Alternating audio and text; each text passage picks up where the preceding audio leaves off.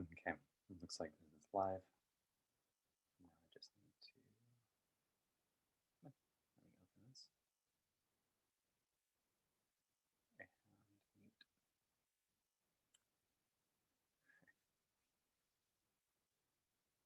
There's a little game in being able to use Zoom but still be able to see the comments as they appear. All right, final day, day 100 of 100 days of visibility. So I very much expect this will not be the end of me showing up here. Back in August, I took on a kind of visibility challenge, but the energy behind it was very different.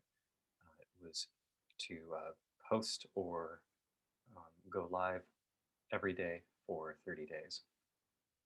And the intent there was about getting material out there and dealing with the sensations that come from doing that. But it was still under what um, my teacher Perry Chase would call the masculine business model.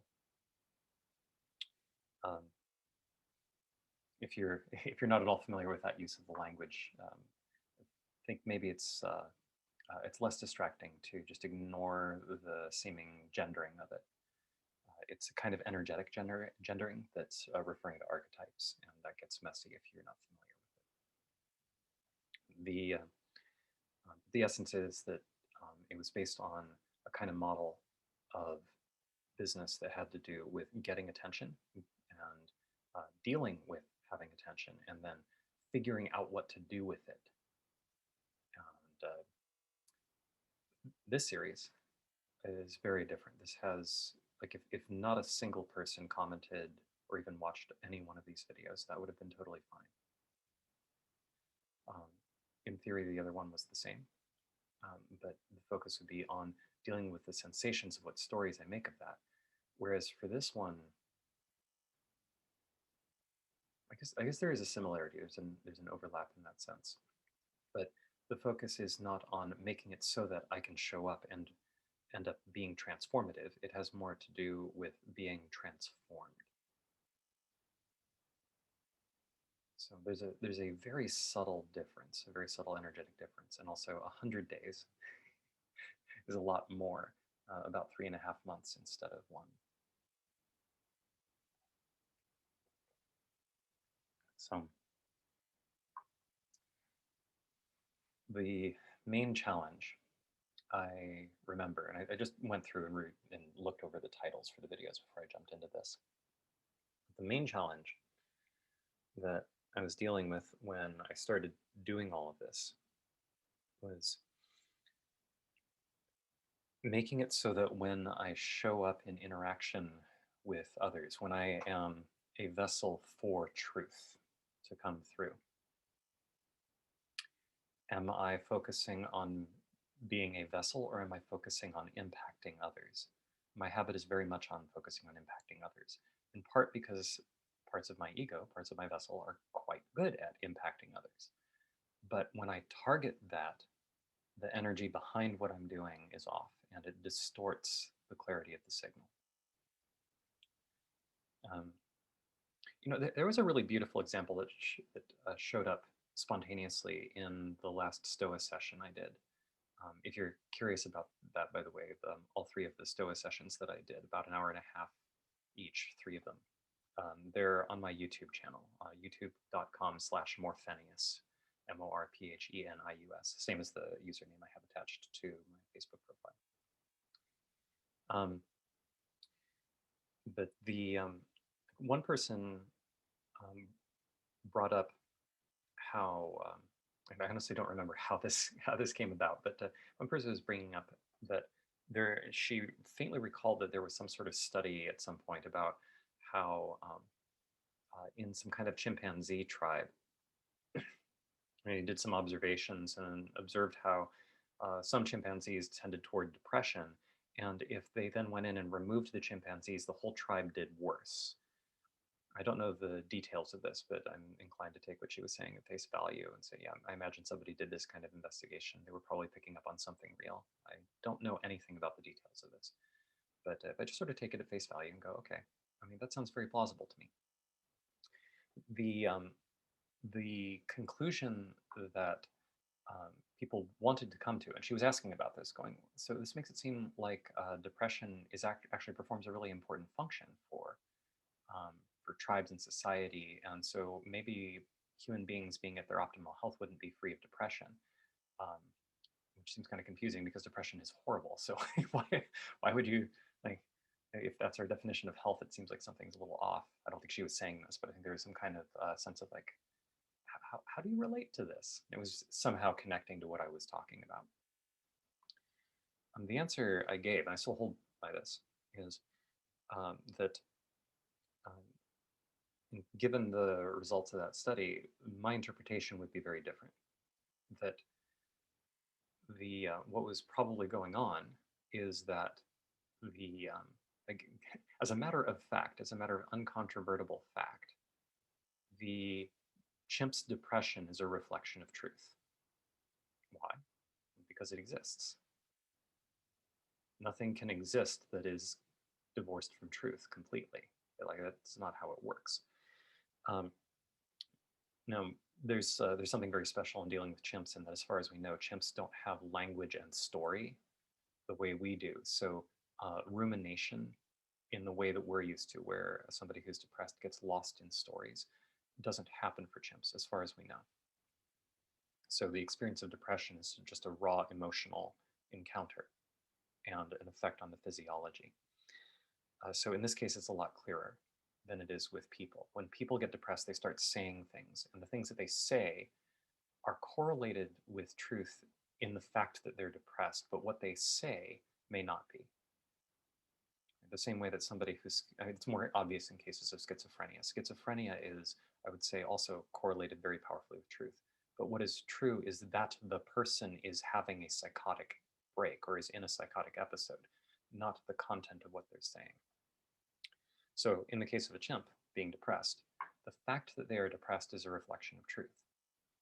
When the researchers go in and they basically surgically remove the depression from the chimp tribe, and it's not like cutting a body, not cutting a physical body, but it is cutting a subtle body. It's cutting the subtle body of the tribe by going in and identifying the individual cells, the member organs, they're more like organs, the individual organs of the entity that are depressed and removing them.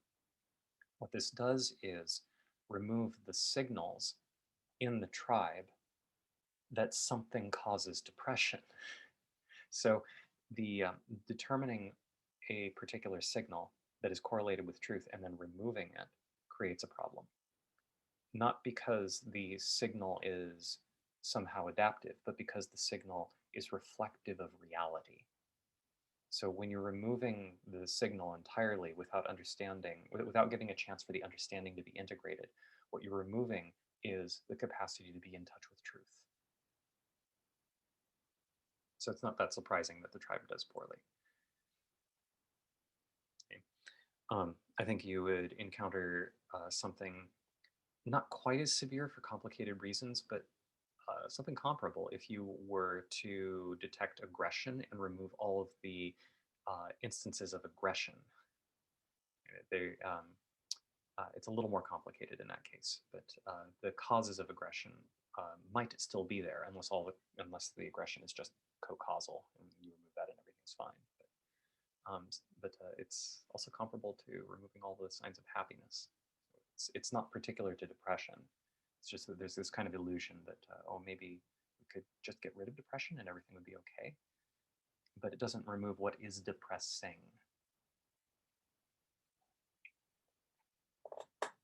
So I give that example because there's something that just seems blatantly obvious to me. That when I started this series was a theory that made sense, it rang in my body, and now it's more deeply integrated. And that's a common theme that I notice when I look at the earlier episodes and I look at my experience, particularly over the most recent ones, but also how I feel right now. Is having known something, but now it's more integrated. When I talk about being a vessel for truth, being a truth that comes through me,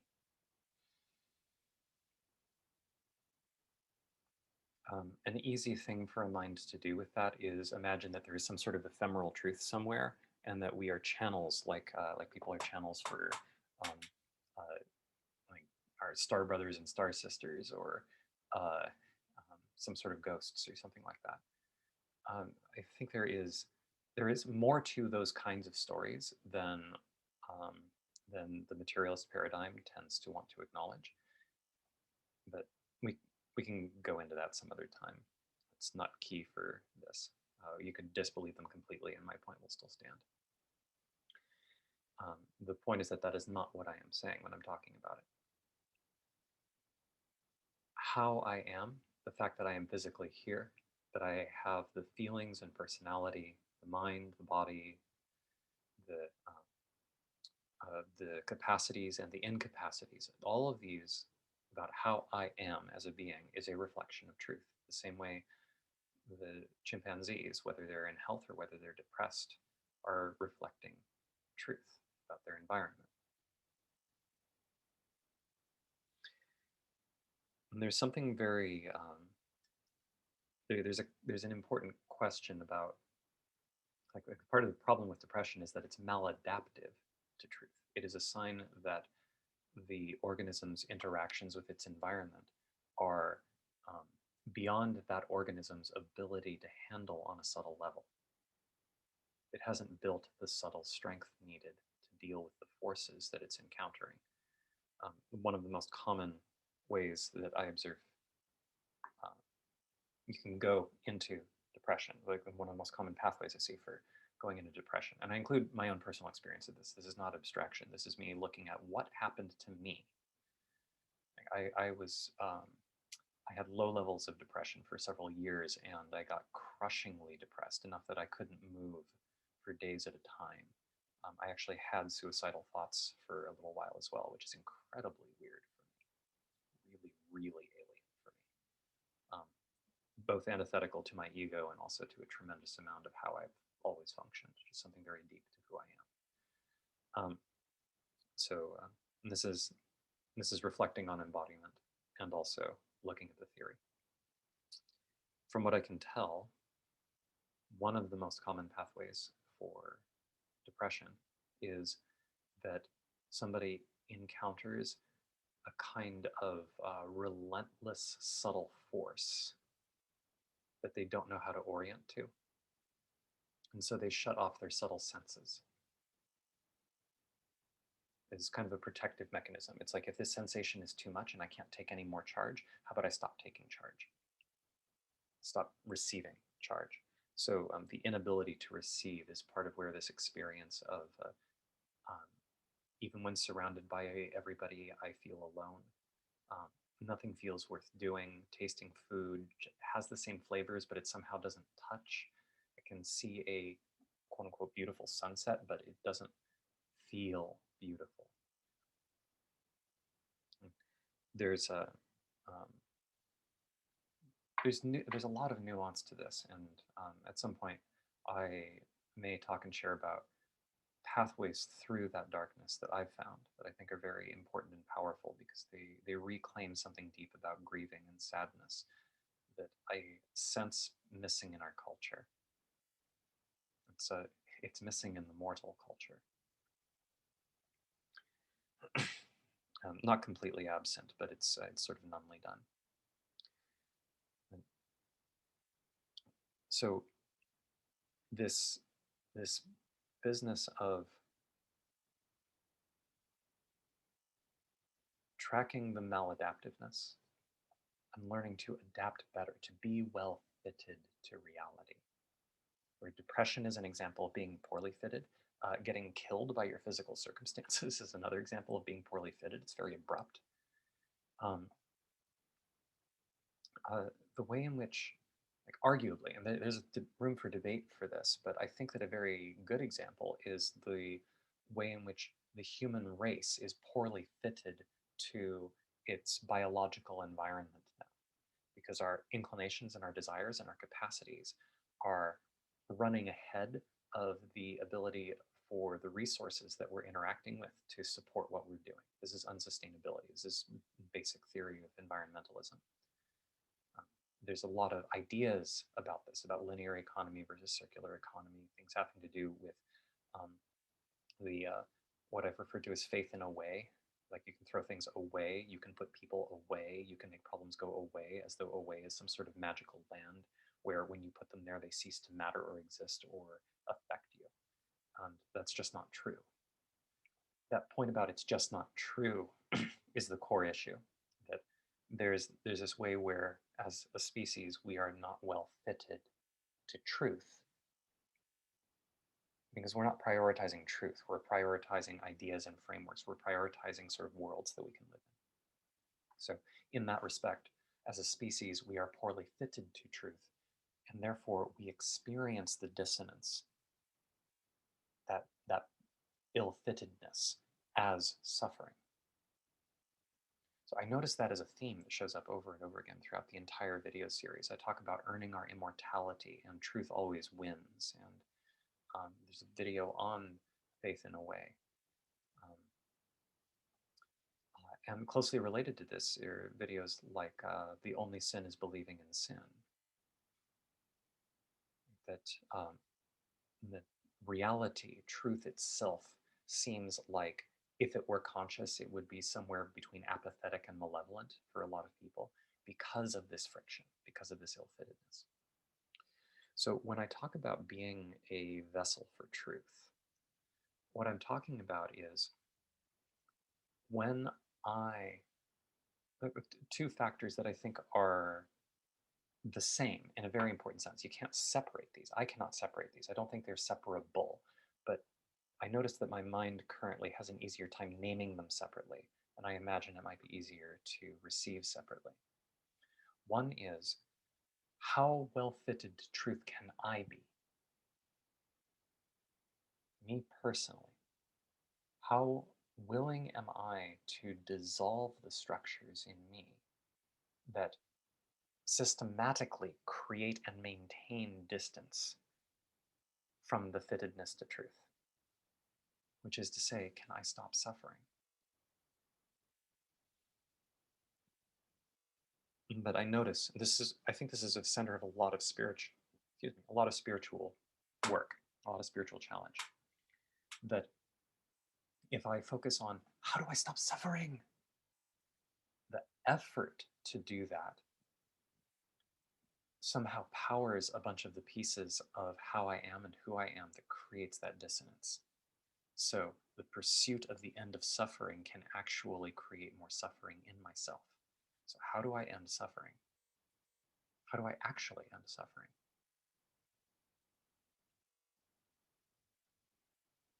I find that the more deeply I can embody the question and the sincerity of the question, the more the act of doing that answers it. I suffer considerably less now than I did even at the start of this series. At the start of this series, I actually had a lot of bliss and ease. Um, there's a there's a fun bit of context that I felt embarrassed. Embarrassed is the wrong word. I felt hesitant to fully share. I was talking about having just come back from Mexico. I started this whole series a week after coming back from Mexico. It took me a long time in this series to acknowledge why I was in Mexico was that I went to a shamanic retreat,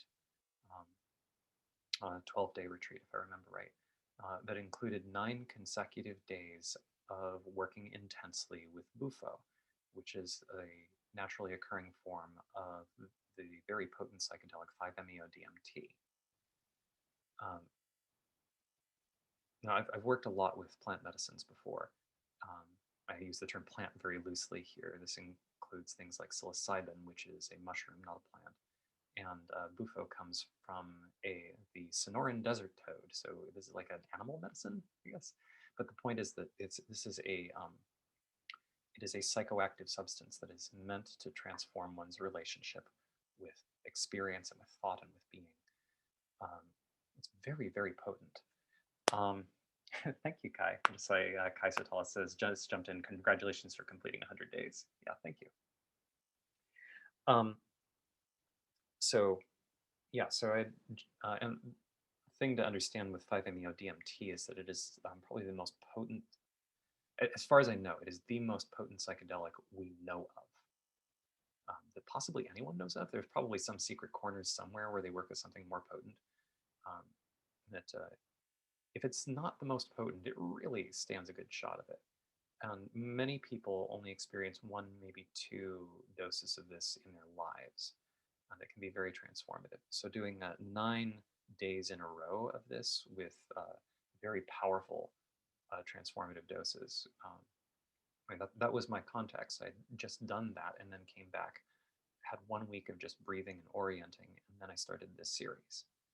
So I was in a lot of spaciousness, um, but there's kind of an arc of relating to the effects of that particular medicine, where I started out with a sense of reality feeling kind of fragile, and then sort of dipped back into stability.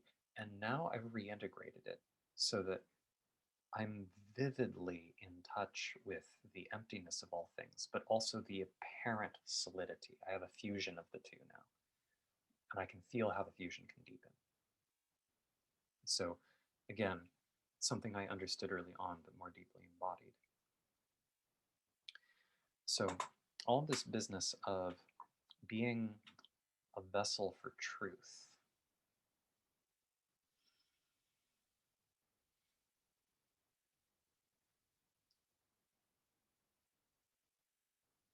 So these two components of, first, can I stop suffering? Can I fit myself well to truth? As I embody the question, I find that embodying the question answers it, like a koan, like a Zen koan, a Zen riddle. Actually, episode, if I remember right, it's 50. I think it's episode 50, somewhere in that range. There, I have one of the videos is on how to answer koans. Um, I don't know what the traditional method of doing it, but I think it is. But I think I landed on a very clear Western way of orienting to them. It's one that I find incredibly powerful and valuable. But the other branch of being a vessel for truth, which, as I said, is intertwined, I think they might be the same thing, is when I am interacting with others and um, conveying things with them, we have energetic exchanges, I impact them, they impact me. How can that process of impacting result in them becoming better fitted to reality?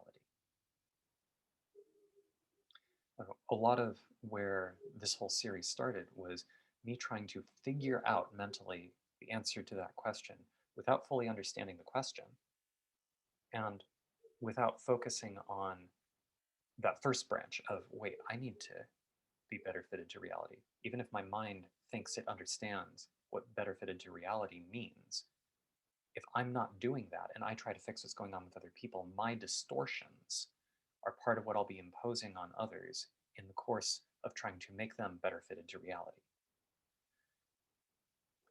So this is so when I say being a vessel for truth, I'm not talking about some vague, ephemeral, far off abstraction. I'm talking about the end to suffering, which is one funny way of putting it. It's like the classical Buddhist way of putting it. Um, but also, this is the same foundation upon which science was originally built.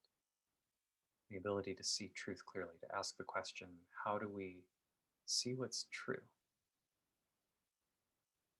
The foundation of science was never the scientific method. The scientific method is an attempt to articulate a sort of left brain analytical procedural method that seems to do something like embody this question. I've come to recognize that the embodiment of the question matters vastly more than any process. There isn't some magical algorithm somewhere that guides us to truth. It doesn't matter how many randomized clinically controlled trials you do or how much of the mathematics you understand or how carefully you dig into it. If the question that you're answering if the question you're embodying in orienting to those is, how do I avoid this fear of the unknown and land on a process that can protect me from this fear of the unknown? Then what's driving all of this is fear and an avoidance of a dimension of truth. And that will tend to distort the results of the RCTs, the randomized clinically controlled trials, and the way that the statistics is done, and what studies are done, and what conclusions are drawn from the RCTs, and what kinds of policy decisions get made from the RCTs, and so on. And that's just one branch of example. So, from what I can tell, the only thing that matters, the only arc that matters, is how to be better fitted to truth. Everything else is extra. Everything else are attempts to articulate or work with echoes of that question. Because anything that isn't in service to that question results in distortions that create suffering and delusion, create a very particular kind of delusion. So the whole thrust of the series is, can I get out of the habit of trying to impose my delusions on others instead of focusing on clearing up my own first? And and intertwined with that in a way that these two branches are somehow the same, can I um, dissolve this impression that me working on my own clarity needs to complete first before I can help others? Can I change what helping means in myself, in my own body, in the way that I show up, so that the act of me being clear with myself and embodying for myself and working on myself is the process by which I can show up in connection with others and encourage this same clarity, this same attunement to and fitting to truth to echo through in how others relate to truth as well.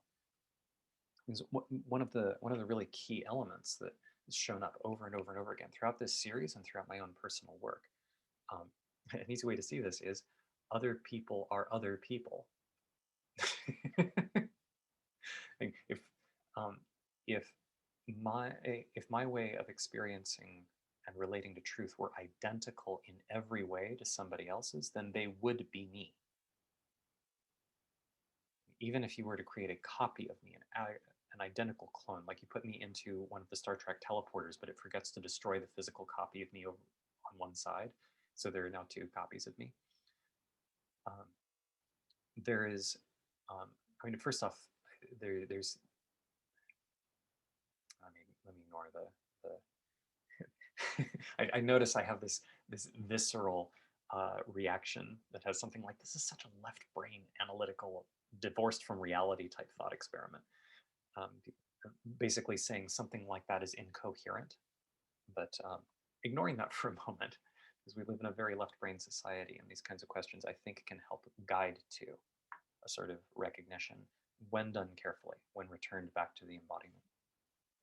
If there were two identical copies of me, even at that point, the perspectives have already diverged and the lived experience has already diverged. And for instance, if this happened to me right now, and I suddenly, pop, I would suddenly start experiencing myself in some other space. I would know that I was the copy, and there would be some sort of visceral response to the fact that I am the reconstruction as opposed to the original, even though that doesn't, in some abstract theoretical sense, make a difference. I notice that in my embodied way of relating to what it means to be the original versus a copy, there would be a sense of meaning there, and that would already create a divergence in experience, which means there are now already two different views on the experience of the totality of truth. You fast forward a year, and those two copies of me, the original and the copy, are going to have significantly different perspectives, significantly different experiences, and those will matter. So, and that's about as close to identical to me, but a different experience as I can get in a thought experiment. So when I'm looking around at all of these people and I'm interacting with them, there's this sense of, well, I can't fully know the version of truth that another person is an embodiment of. Because if I were to fully know it, I would be them. So I have no business telling them what they need to do. But if I embody a clear relationship to truth, which includes a degree of perceiving things that are going on for others, and a degree of recognizing the way in which they perceive things going on for me, there can be interactions that allow me to benefit from what they see, and possibly for them to benefit from what I see. But that's not up to me, it's up to them. So these were things that I theoretically knew even a year ago. So one thing that I've experienced in the arc of this whole series, I can actually see it in the kind of tension patterns that I hold in my face, the way that I move. Um, there's a lot more ease in the degree of embodiment. It's not like the concepts themselves change dramatically, except that now they're more embodied, and anything that is more embodied automatically becomes transformed, because the embodiment brings the concept into closer relationship to truth. So, for instance, all these things that I was talking about for instance, earning immortality.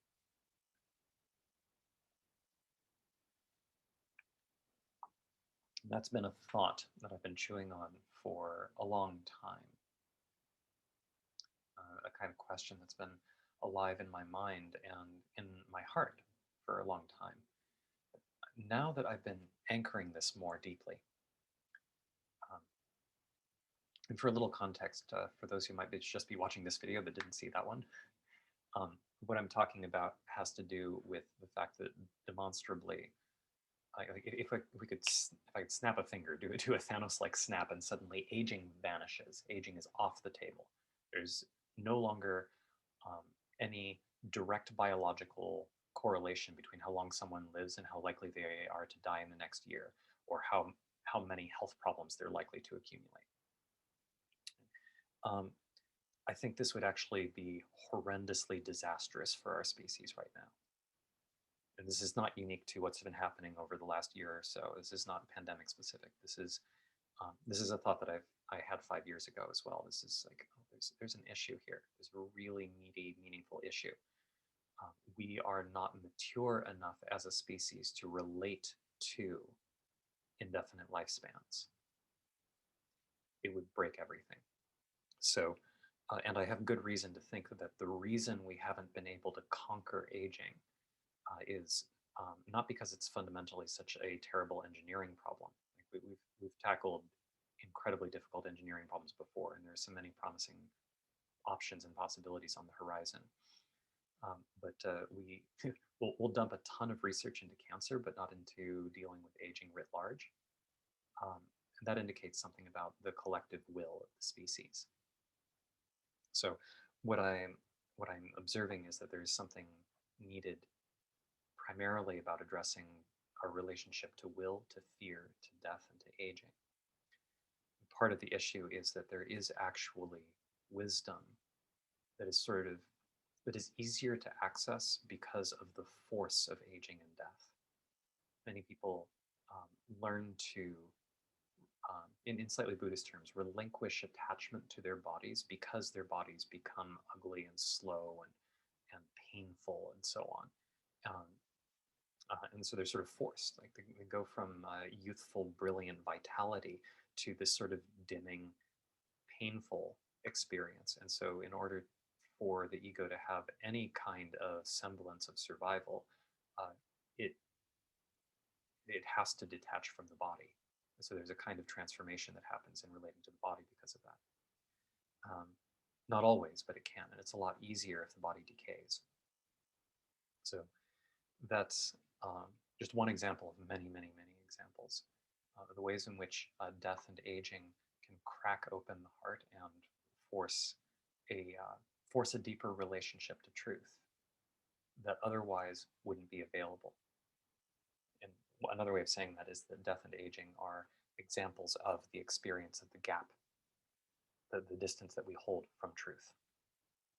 To be more precise, the experience of the horribleness of death and aging is the experience of the gap and the fittingness to truth. So there's this question of what would we need to do to earn our immortality?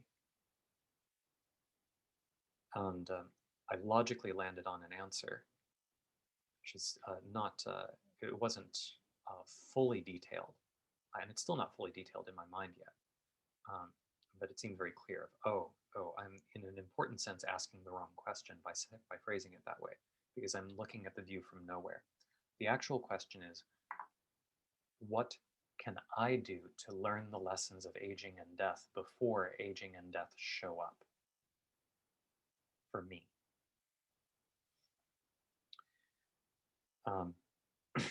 So that as a question, that is something that is alive for me. That is more deeply embodied. As a result, I've mentioned a couple of times, particularly over the last week or so, that there is a program that I've been putting together. Um, it's actually on the verge of being ready to announce it. Right before I decided to pop on for this video, I was actually putting together the application for it. Um, um, that program is about building a deeper relationship, an experiential relationship to truth. And not building, recognizing your own embodied experiential relationship to truth. The fact that you will always have it, you've always used it. It's the foundation of how you know anything at all. That you can consciously recognize it. You can get your mind to reflect that relationship. And then using that clarity in order to orient to recognizing and working with more and more subtle and profound and important aspects of reality, relating consciously to reality in an experiential way, so that you are working with the forces that make sense to work with instead of applying your forces the way that your ego and mind keep directing you according to whatever programs have been jammed into your system. Absolute clarity all the way down. So that program, what I'm calling MAGE, and there's very good reason for that, mostly having to do with the way that I hold the container. But that is one dimension, one program that I'm looking at. There's another one I am not at all ready to start presenting, but this question of how to relate to death forms the core of it. And every now and then I can feel that profound truth ringing through my heart and through my bones. Now I know how to recognize those subtle frequencies. My own subtle senses have refined a lot. I'm embodying the lived experience of these things. I notice my ego popping online and interfering with the clarity of my transmissions, the clarity of my being a vessel, a lot more than I did even when I was starting this whole thing, starting this 100 days of visibility. At the start, I was focusing on, can I relax? Can I open enough that my ego just doesn't show up? And now it's more skillful. Sometimes I actually intentionally let my ego come to the fore so that I can experience how it does so and watch it and become more familiar with it, and consciously choose from beyond it how to adjust what those energies are doing and what they're in service to. I definitely don't claim that every time my ego boots up I'm doing that, and I don't mean to imply that at all. Um, this is clearly a lifelong practice, and one of the reasons I would love to be immortal is because I think it would be lifelong for an immortal. So I would love to see what this becomes over the course of 1,000 years. This would be absolutely beautiful. Every instance would be beautiful, and I want to see what each of them do given a lot more time.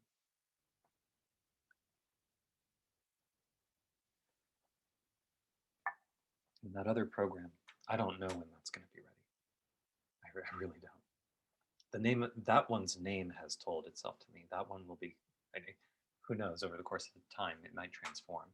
But its name is Immortal.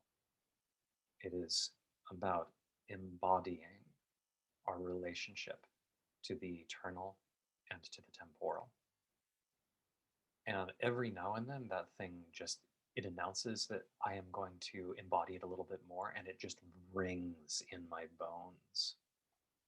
It just really, really rings. And I find myself laughing nervously because the amount of power that that thing brings is more than any level of me can handle yet. It is quite intense. Um, and I look forward to being able to embody that one. It feels like, in some quirky sense, I was born to embody that. It's not too surprising that it's hard for me because it would be hard for any mortal vessel to embody that. Um, um, but that's the whole point: is finding a way for mortal vessels to embody that. That is part of, to the extent that I want to pretend that there is a purpose for every being, which is shorthand for saying every being is a manifestation of truth, which you can tell because they exist. Um,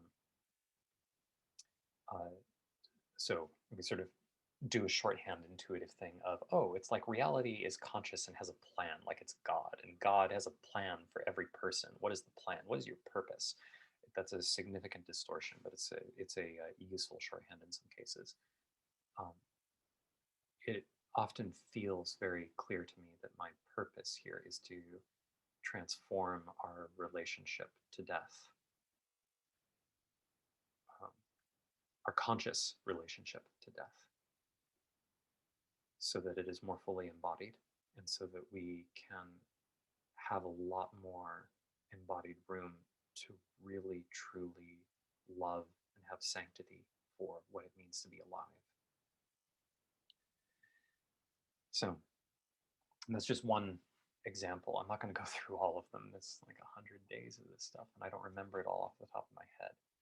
Um, so, but one effect, like the thing that I'm trying to highlight there is how, even though I had a concept that had been partially embodied before, one of the main effects of doing this 100 days of showing up and trying to be a clear vessel for truth, being clearly in relationship to myself and reality and the way in which I want those to be the same, and they already are in a particular way, but parts of me don't quite know that, and all the confusion, but not dealing with that with the mind, but instead embodying the entire process, digesting it so that the foundation upon which my mind is built becomes well fitted, better fitted to truth. And so that my mind reflects that truth instead of trying to govern the whole process.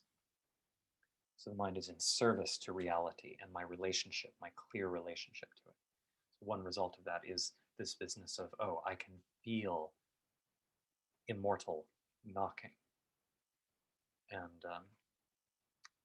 we'll see what happens, but I expect in a year or two, maybe longer, I don't know, um, that will be ready. I'll be ready. And I'll be ready for that to transform me as well.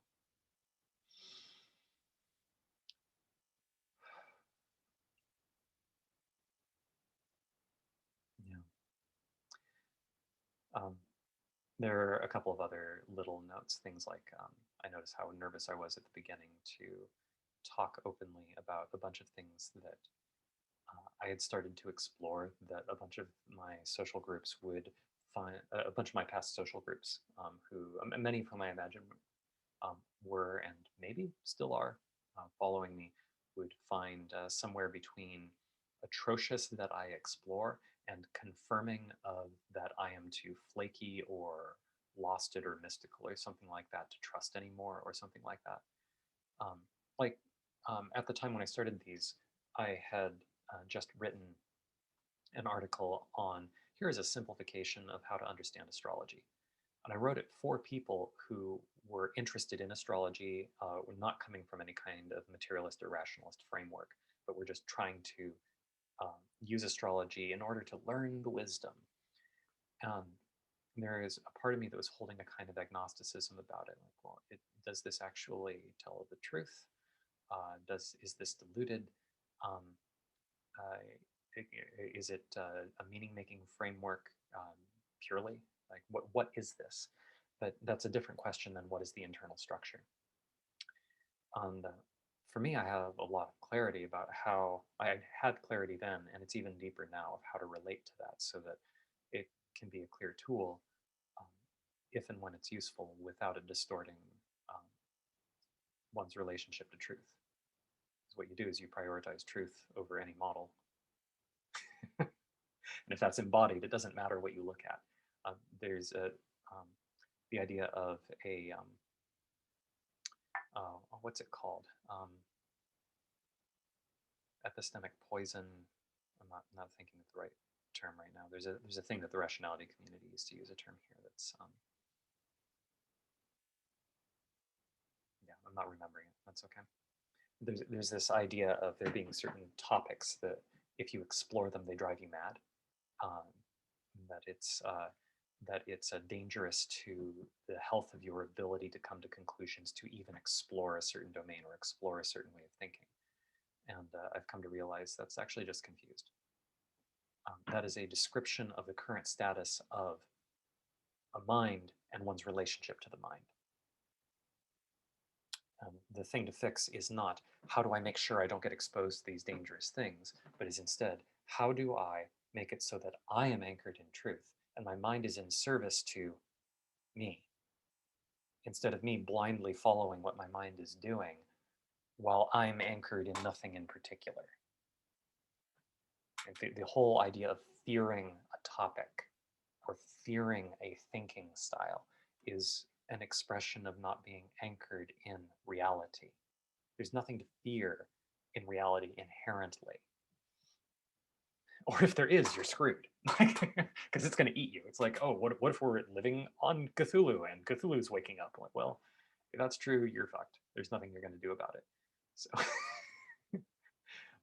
but also, those are mental fabrications. Reality doesn't actually work like that. It doesn't make sense. It's talking from the perspective from nowhere, and there is no perspective from nowhere. How do you know? Because it's a perspective from nowhere. If you could take that perspective, it wouldn't be a perspective from nowhere. It would be your perspective on a thing that you are disowning the perspective of. There's, yeah, that's its whole rant. There's a part of me that still is a little frustrated, that still has a little digestion to do somatically. I can feel the tension in my belly around this. It's a lot lighter than it used to be. But the arrogance of anyone believing that they know what reality is and then using that to gaslight other people, it's really sad because it's so unnecessary. It's so unnecessary. But so I imagine if you've been following along, particularly if you've been paying attention to the things I've been talking about and cultivating your own subtle senses in parallel to what I have been describing, I imagine you can feel the energetics of what I'm embodying when I talk about this. There's a little bit of tension, there's a little bit of hook, and a lot of space. I'm like, yeah, I'm a little frustrated about this idea I have. I acknowledge it's a kind of hallucination. This idea I have of other people doing this screwed up thing, bada, bada, bada, bada. But that's contained. I have spaciousness around it. That wasn't true at the start of this series. I'm still worried about what other people think, which is still true. I still have worries about what other people think. But the charge that I would feed into that was just automatic and would overwhelm the capacity of my container, the capacity of my energetic container, my emotional expansiveness, my emotional size. And now my emotional energetic capacity is so much vaster, and my degree of being hooked is so much less that now I can just I'm not worried anymore about like if the fact that I looked at astrology causes a bunch of people to decide that I'm not worth listening to. Well, that sucks. It hurts a little to imagine that. And if it turns out, if it turns out that people have been doing that, like, well, okay. And I recognize the truth, which is that I am coming from clarity on all of this. I see what's real. I see what I don't know whether it is real or not. I can see clear boundaries on my knowing.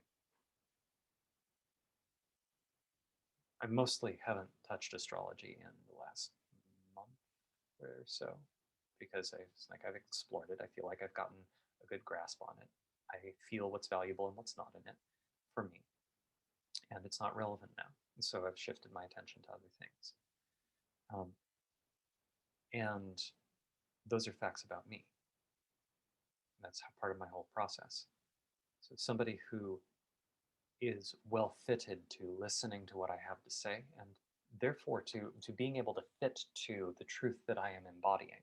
And and so through me, through what I have to share, through the vessel, through this vessel for truth, to the extent that this can be clear, the people who can benefit from me in that sense, which is really to say the people who um, who can fit themselves to truth better by listening to me and being in my energetic space, will be able to bypass their own hesitations around the fact that I am looking in domains that they feel kind of iffy about, the fact that I call this program I'm putting together mage, the fact that I'm playing with these ideas, um, or that I may even say some things that are clearly wrong. They can recognize that what they're feeling, and they'll recognize at some level that what they are feeling into is not, are the words I say correct, but rather is their ability to embody a well-fittedness to truth enhanced by exposure to my energy. That's the thing that matters. That's it. Part of what I believe I embody, and what my vessel is well designed, quote unquote designed, the way anything is designed, um, the way a tree is designed, the way that I sort of naturally am, the trajectory I see for what it means for me to be better and better, well fitted to reality, involves clarity of articulation, clarity of model, so that the mental models that normally are divorced from truth can reflect truth more and more clearly. Not just about being accurate to models of physics or whatever, but being um, embodiments of, or I mean, that's a funny way of saying it. Rather to make it so that, like the value of a roadmap is not in the roadmap's accuracy in its claim about how the world works, but is in the roadmap's ability to make it so that when you are navigating the streets, you know what to do. The accuracy of the map is only relevant to the extent that it is in service of your ability to navigate the world. And if a less accurate map makes you more capable of navigating the world, then focusing on the accuracy is not in service to truth. So, in that sense, it seems to me like what I seek to embody, what I seem to more naturally embody, the direction I keep finding myself going in, is in the clarity of the reflection of the mind of truth in a way that is based not on the mind being accurate, but on the mind being a powerful tool for navigating the world. For it to be well fitted in that sense, for it to be a well fitted tool to me and to the world. And for your mind to be well fitted to you and to the world. Oh, same world.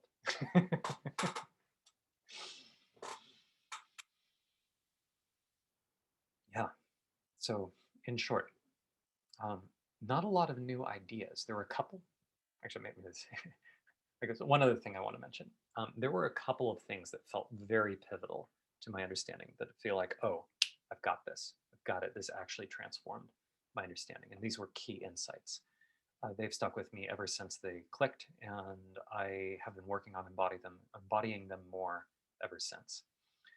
Um, the one of them is the solution to the problem of evil. I haven't talked about that a ton, But that's because talking about it doesn't embody it yet for me. Um, the short version is that um, the uh, the experience of evil, if framed as a description of the distance from truth, becomes a guide for making the experience of goodness a compass for the process of fitting to reality. And that any part of ourselves that cannot follow that compass is a description of a piece of us that has a preference that cannot be realized in the sense of made real. It cannot be, if it cannot be fitted to reality, and therefore the distance between what we're defining as good and what is real is fixed. If it is absolutely there, then what is actually of service, what that means is that this definition of good cannot be made. It cannot happen, and therefore clinging to it is clinging to a form of reality. It's clinging to a psychotic episode. It's clinging to psychosis. So what that means is that every place where there is a difference between our sense of what is good and the real, like what is realizable, is a description of a version of our attitudes about what is good that needs to die. If we orient that way, then there's a way where we come to evolve such that our fittedness to truth becomes a space of unending bliss. And we can recognize in retrospect that the foundation of reality has always been goodness and has always been a process of reality moving us sort of relentlessly by its own natural laws towards an embodiment of the unending bliss of reality, truth, being.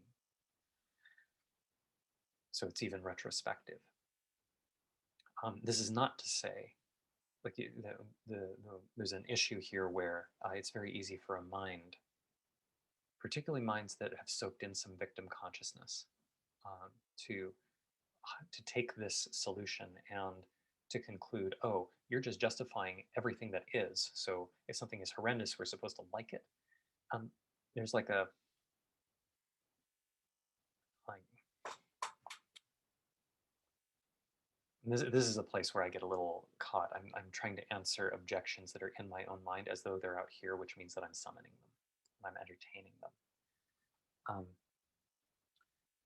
The actual answer to that is you can tell what part of that is bullshit. So don't buy the bullshit. Anchor in truth. Distinguish between truth and your beliefs. In particular, most minds reflect form rather than cause. They reflect results rather than the causes of those results. They're fixated on the physical world and its physical manifestations instead of the more subtle nuances that guide and shape how manifestation happens. Um, like uh, like asking, are companies talking about environmentalism instead of asking, can you feel the truth of companies caring about the environment? That gap is precisely what allows for good hearting, which is in this case to say it's the thing that allows for greenwashing. For companies that produce bottled water, for instance, to put labels on their bottled waters saying new eco bottles with smaller caps, with smaller openings at the top so that we use less plastic for the environment. Never mind that they're still selling plastic bottled water.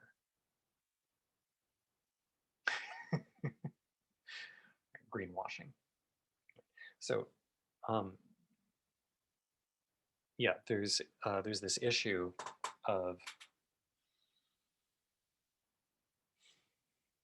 actually embodying the solution to the problem of evil is a matter of anchoring in truth and then orienting to where can evil come from And if the answer is different from what I have just said, that anything that maintains an idea of good that is different from what is true, what is real, and what is realizable,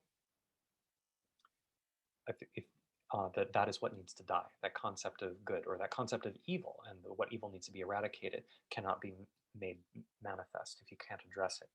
Then that concept and that way of orienting needs to die, and we need to transform our own nervous system's orientation of good and bad so that it is better fitted to reality. Any difference from that guarantees suffering. Right? So that if you were to view there being some sort of reality beyond this picture, where the true good is, and it's our duty to somehow fight reality, like that is itself a hallucination, because what is this that is separate from the truth? Right? So to me, there's a deep self-reference in this entire structure. And what I can feel very clearly and what I can see is that embodying that actually relieves suffering, which is to say, it removes the parts of me that are resistant to truth, because there's a deeper and deeper recognition at an embodied level, basically, that reality is trustworthy. Um, in part by transforming my sense of what trustworthiness is, but not transforming the ease that trustworthiness brings. Right? So that's one major piece. I actually can feel that, and that has transformed a lot of my own practice, getting that conscious recognition of the solution to the problem of evil. There was another big one, and I remembered it earlier, but it's not coming to mind at the moment. So, um, actually, I bet I could just very quickly. Um,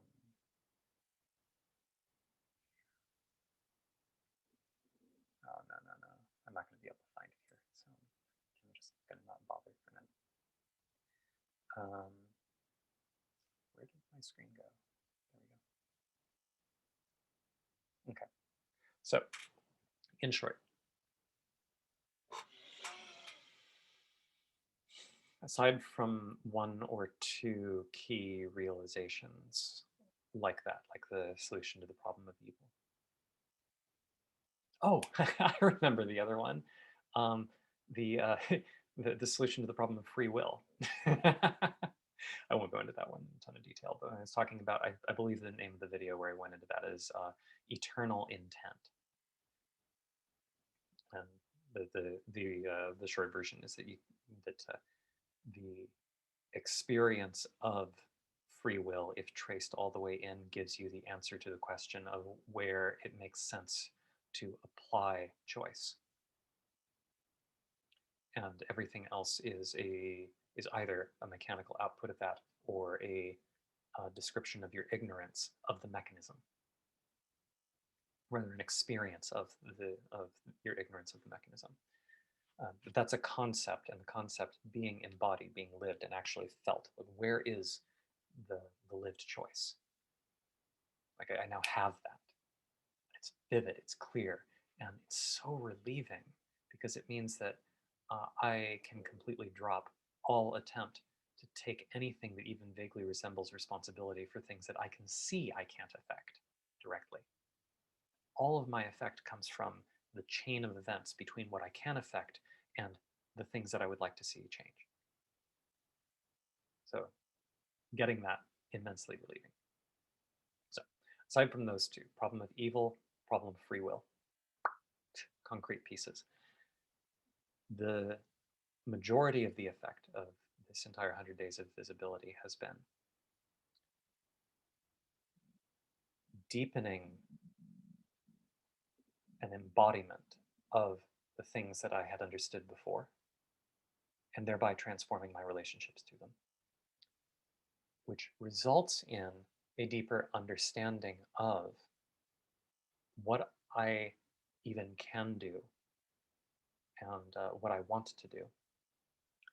A lot more ease, a lot more spaciousness, particularly with challenge and imagined challenge, social interaction. People can challenge me on, hey, I like what you're saying, but somehow the way that you're saying it is a little like creepy or pushy, or you can give off guru vibes or blah blah blah. And that kind of stuff used to hook me all the time. And now it still pings, but I um, the shorthand is I don't care. That's not quite true. That's not quite true. I care more. I feel it more, but it hooks me less. And even if it hooked me the same amount, the um, the amount of energy that it would automatically and unconsciously move in me is well within my capacity now. Over these last 100 days, I have significantly built my energetic holding capacity. So, spaciousness, a lot of spaciousness and ease, and also just familiarity with the technology and putting myself out here. Um, I've uh, I've almost never had a relevant sense of shyness with stepping up in front of a group of people. Um, I gave a valedictorian speech for when I got my bachelor's degree, and that was heart pounding. But a part of me, like once I got speaking and once I got the audience to laugh once, just complete relaxation, and now I am performing. I love that. It's juicy for me. My ego is really well fitted to that. My energies flow naturally from it. It is super easy for me. It's super great. Um, so aside from when my ego gets in the way at the beginning of, am I going to make a good impression? How do I do this? And that's constricting the clarity of my vessel for truth. Aside from that glitch, for the most part, showing up for people is not a big issue. But showing up, prioritizing my clarity rather than my impact on other people, that has deepened a lot. Um, and has impacted a lot of how I relate to the technology, um, how how jittery I feel or don't feel about when I'm starting. My willingness to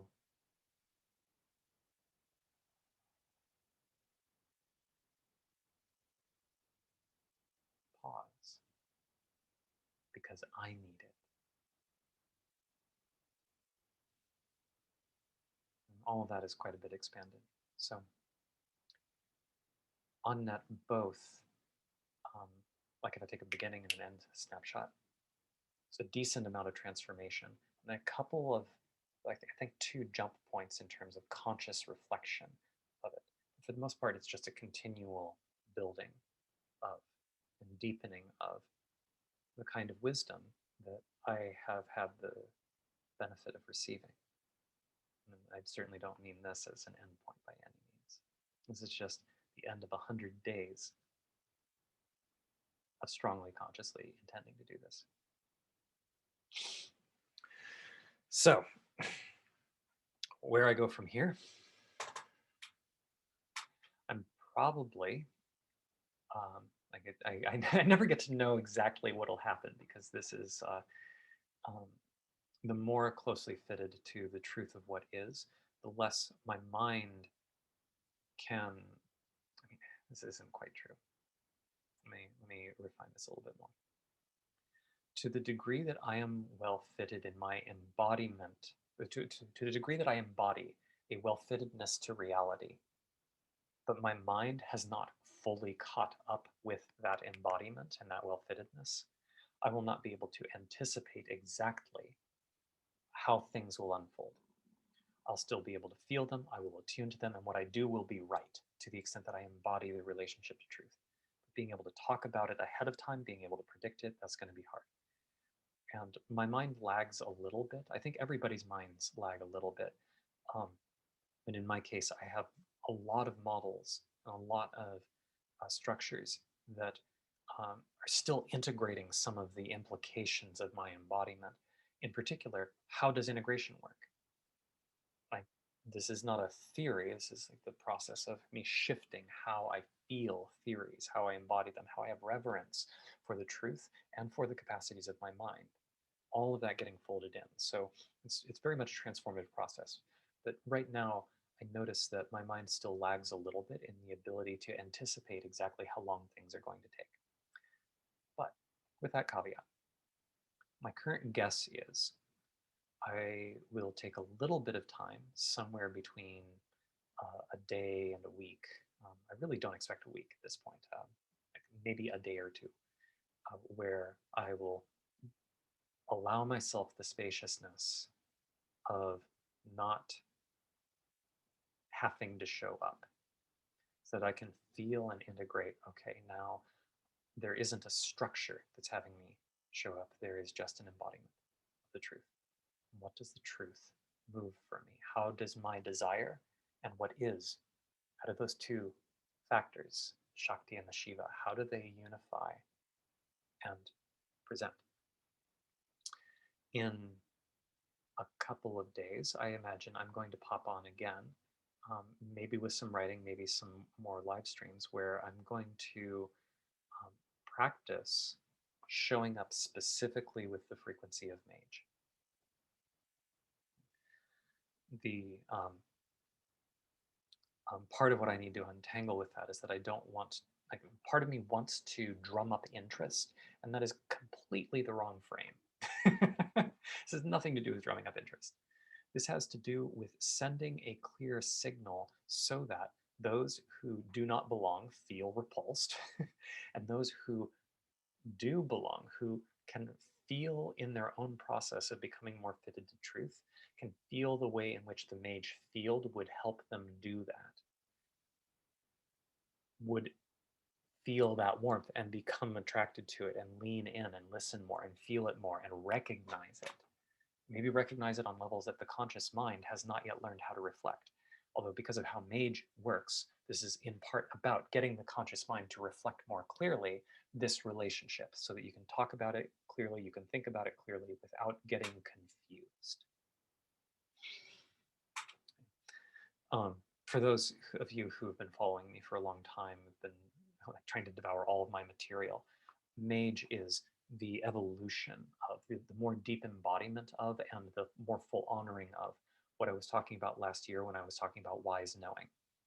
Wise knowing has a sterility to it in its energetics that didn't fit the embodiment of wise knowing.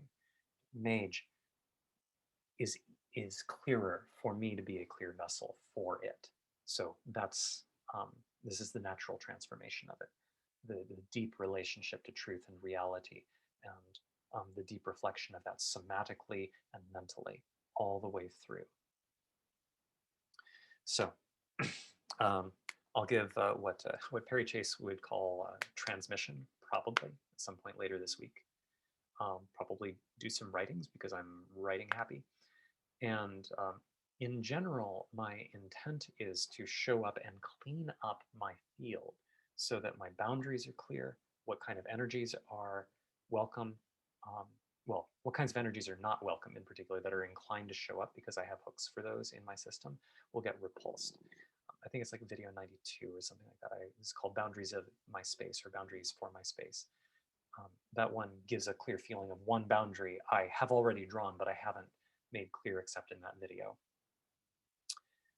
So there's some evolution I expect in my Facebook space, energetically, subtly.